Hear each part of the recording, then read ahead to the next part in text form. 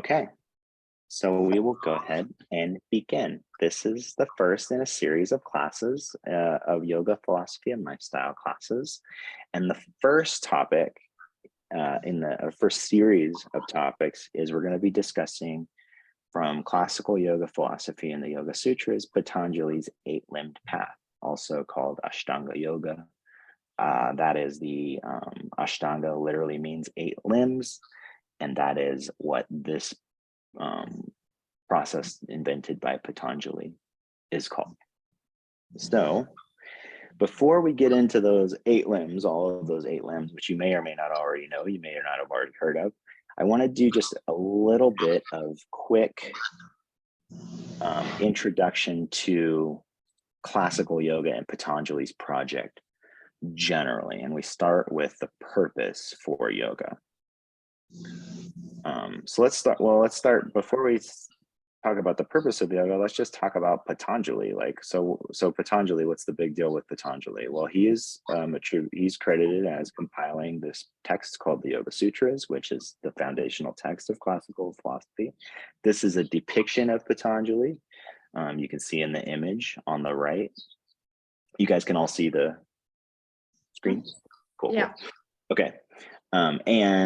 And he is credited with, among other things, writing the Yoga Sutras and kind of compiling all of the different practices called yoga at the time into one text called the Yoga Sutras, which is like a manual for teaching. You could read the Yoga Sutras and get a lot from it. You could also miss a lot by just reading the sutras. So think about it as like bullet point statements that are meant to be like lectured by a guru or something that was also supposed to expand and expound on these sutras. These sutras are kind of just the basic text.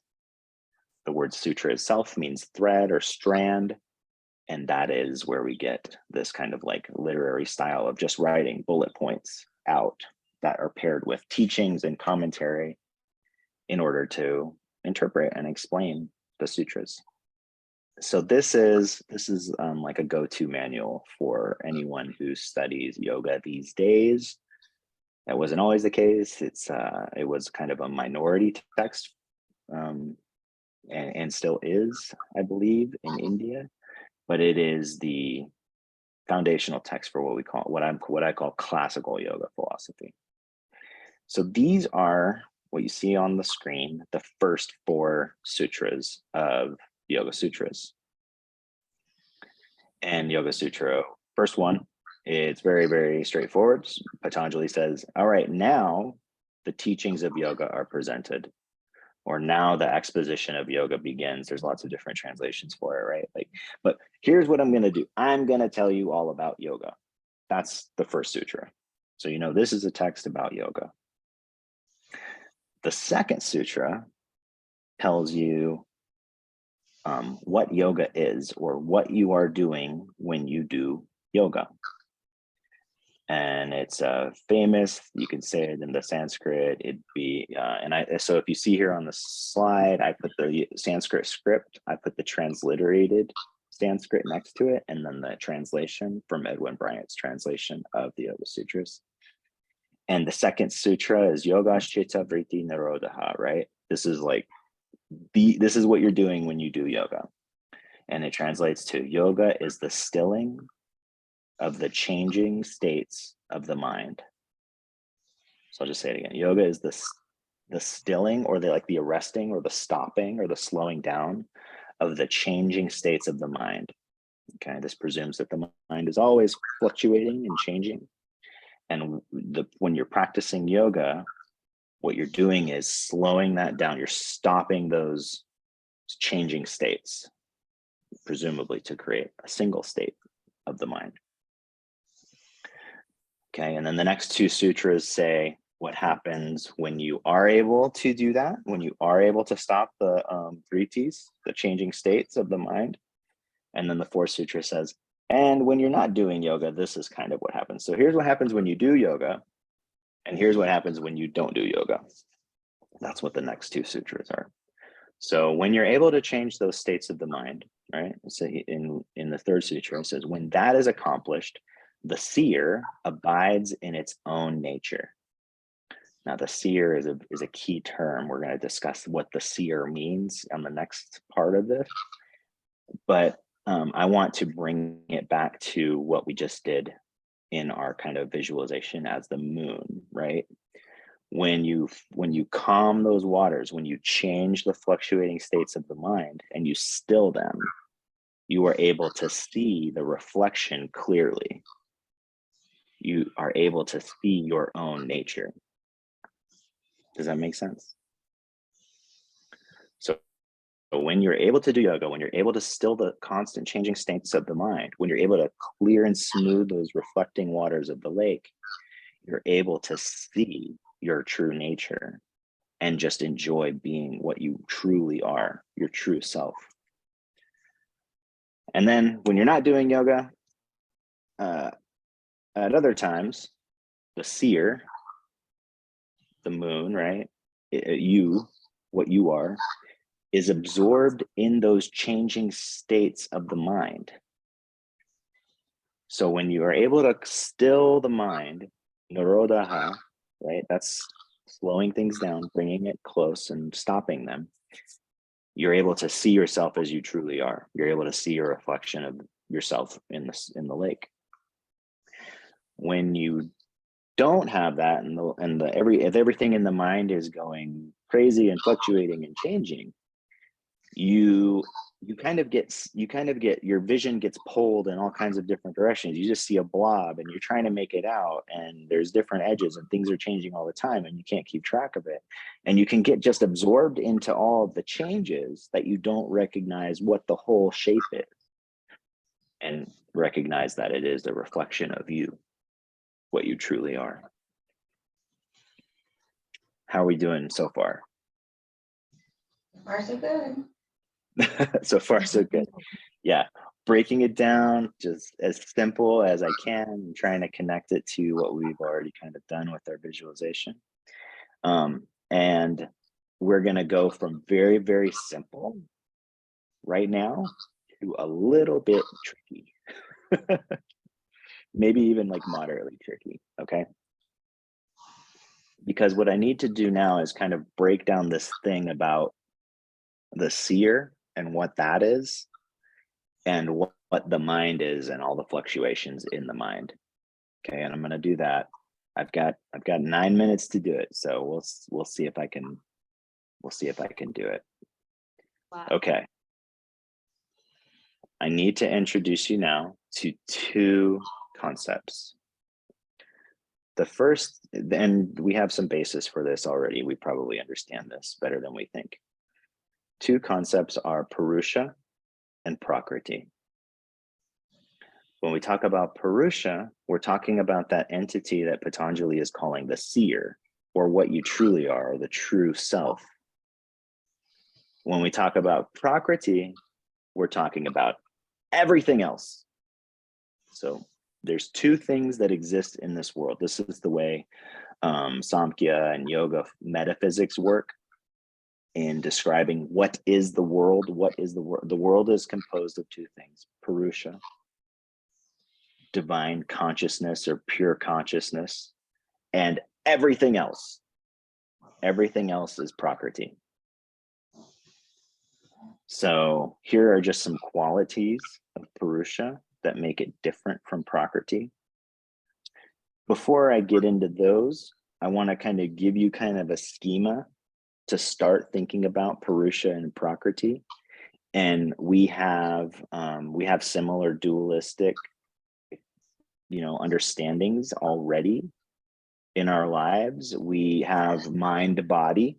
We have a mind-body distinction where our mind is a separate thing that exists in the substrate of the brain, right? We have that distinction. We have soul and body, or spirit and body, where our spirit is the thing that lives inside the body and animates it and keeps, and the soul is kind of an eternal thing. The body is a temporary thing. The soul is an eternal, or the spirit is an eternal thing, and the body is a temporary thing. We kind of already have a basis for that distinction. So if you think about mind-body distinction or soul-body distinction, you're already in the frame of mind of thinking about Purusha and Prakriti, right? The difference is the Purusha Prakriti moves the line to a little bit, include a little bit more in Prakriti than that we would probably include in like on the non-tangible side. Okay. For example, the mind, the senses, the ego, these are things that exist in the mind side, in the mind body distinction. In this metaphysical view, all of those things, the mind, the body, the ego, the discernment, all of those things, they exist on the Prakriti side. All of that stuff exists on the Prakriti side. The only thing that exists on the Purusha side is pure, unchanging, eternal consciousness. The seer. You are just strictly an unchanging, stable observer of everything going on in Prakriti. That's the only thing that's Purusha. Everything else, mind, ego, emotions, all of that stuff, that's all Prakriti. Okay. Doing good so far. Okay, cool. Yeah. So some things about Purusha. Purusha is animate. It is alive. It enlivens everything that it comes into contact with. That's what makes something alive, is it has this contact or this connection to Purusha. Purusha is eternal. It's unchanging. It's uncaused. There's no story in Hindu theology or any yoga philosophy that says where Purusha comes from. It's always been there. It'll always be there. That's all they care to know. It's divine. It's ultimate. It transcends everything that we observe in the Prakriti world, right? And it is referred to in yoga philosophy texts as the observer or the seer or the true self. This thing, this Purusha thing, is what you really are. Everything else that you think you are, your body or your mind or your ego or your identity, all of that stuff is not who you are. The only thing that you truly are is this Purusha, this observing consciousness. Everything else is just impermanent. Okay. Now, what is Prakriti? Prakriti is the manifest world and everything in it. It's inanimate. It doesn't come to life. The only thing that can animate Prakriti is Purusha. That's the only thing that makes anything alive or living or moving at all in Prakriti is its connection with Purusha. It's impermanent. It always changes. Nothing stays the same in Prakriti. Everything turns into something else, or transforms or dies, right? Everything changes in Prakriti. It's the manifested tangible reality, this table, this laptop I'm on, all of this stuff. This is like the stuff we can touch. It's the tangible reality. Prakriti is undifferentiated. And what I mean by that is it is all just like, if we think about the universe as just being a pile of atoms in different formulations, that's exactly like all atoms are the same, right? Like it's just atoms, right? In Prakriti and the metaphysics, they have gunas, which are similar to atoms, but they're not. They're more qualitative than measurable. But basically everything is just made out of gunas in Prakriti. And gunas change and transform, and they turn into other stuff. And you could take gunas from me and it transforms into gunas into something else, just like we have, like, the whole saying, we're all made out of stardust. It's all stardust, right? Prakriti is also uncaused. There's no story for where Prakriti comes from. And what I said before, Prakriti also includes the mind, body, chitta, which is, if you remember, yoga, chitta, vrittis, nirodha, which is that mind. Chitta is the mind, and that we stop all the revolutions, we stop all that stuff from troubling the mind. as the goal of yoga. That is included on the Prakriti side, not on the Purusha side, which I explained kind of at the very beginning. Now, a question that I had and I still struggle with happened very early on. And I was like, okay, so tell me the story about what is the connection? What is the link between Purusha and Prakriti? How does one affect the other? And below this little video clip that we're going to watch in just a second are some of the words that I've heard to describe this link in the connection between Purusha and Prakriti. Purusha is embedded in Prakriti, like Prakriti is the substrate, and Purusha, it just gets planted in it and it lives inside of it and animates it, right? So I've heard embedded, I've heard just simply it's in contact with. When Purusha comes into contact with Prakriti, something happens. We hear a lot about absorption. Purusha gets absorbed into Prakriti, enmeshed. This link between Purusha and Prakriti didn't start anywhere. It's beginningless. It's always been the case that Purusha is in contact with Prakriti. And then we hear how, or I've read how Purusha just interacts with Prakriti. So I've heard a lot of things that describe this link, and nothing is very satisfying to me yet. I did find this clip. It's a little difficult to hear. The speaker speaks pretty quick. So if you can't hear well, or you don't have like headphones or something, you might prepare. And it's only a minute long, so it's nice and short too.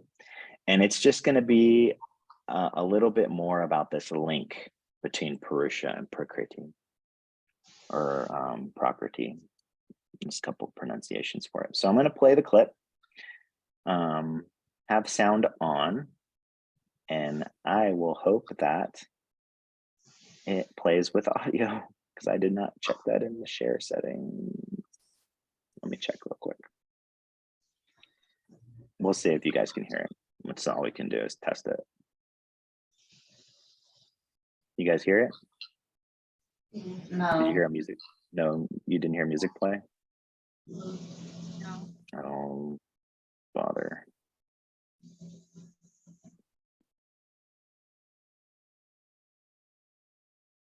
There we go. Okay, now I can share sound. Can you guys see the screen again? Yeah. You hear music that time? Yeah. Okay, perfect. Okay, cool. So this is a quick clip, and we'll play it. Might turn the volume up. Underpinning to reality is something dramatically different from what we experience. So everything we're aware of, including our mind, our intellect, all our faculties, physicality, the physical world, is all Prakriti. Everything, including our emotions, Prakriti. Everything Prakriti, says Kapil.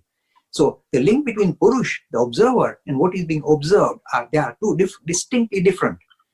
And this is the beginning of Hinduism. The distinction between what is and what, our subject and the objective world that we are aware of. And there is no link. There is no causal link. That this part of the subject linked with this part. This kind of like that all the time. And this making the distinction between observed and who is observing is the whole science of spirituality. Recognizing yourself as the observer and not what is being observed, including your physicality, your mind, your intellect. Secondary. This is the whole idea. And that link will not be discussed. Same as I told Kaiwal.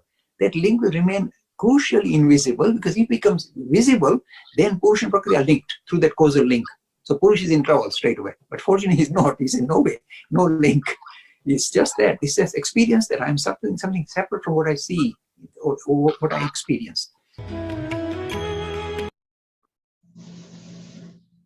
So,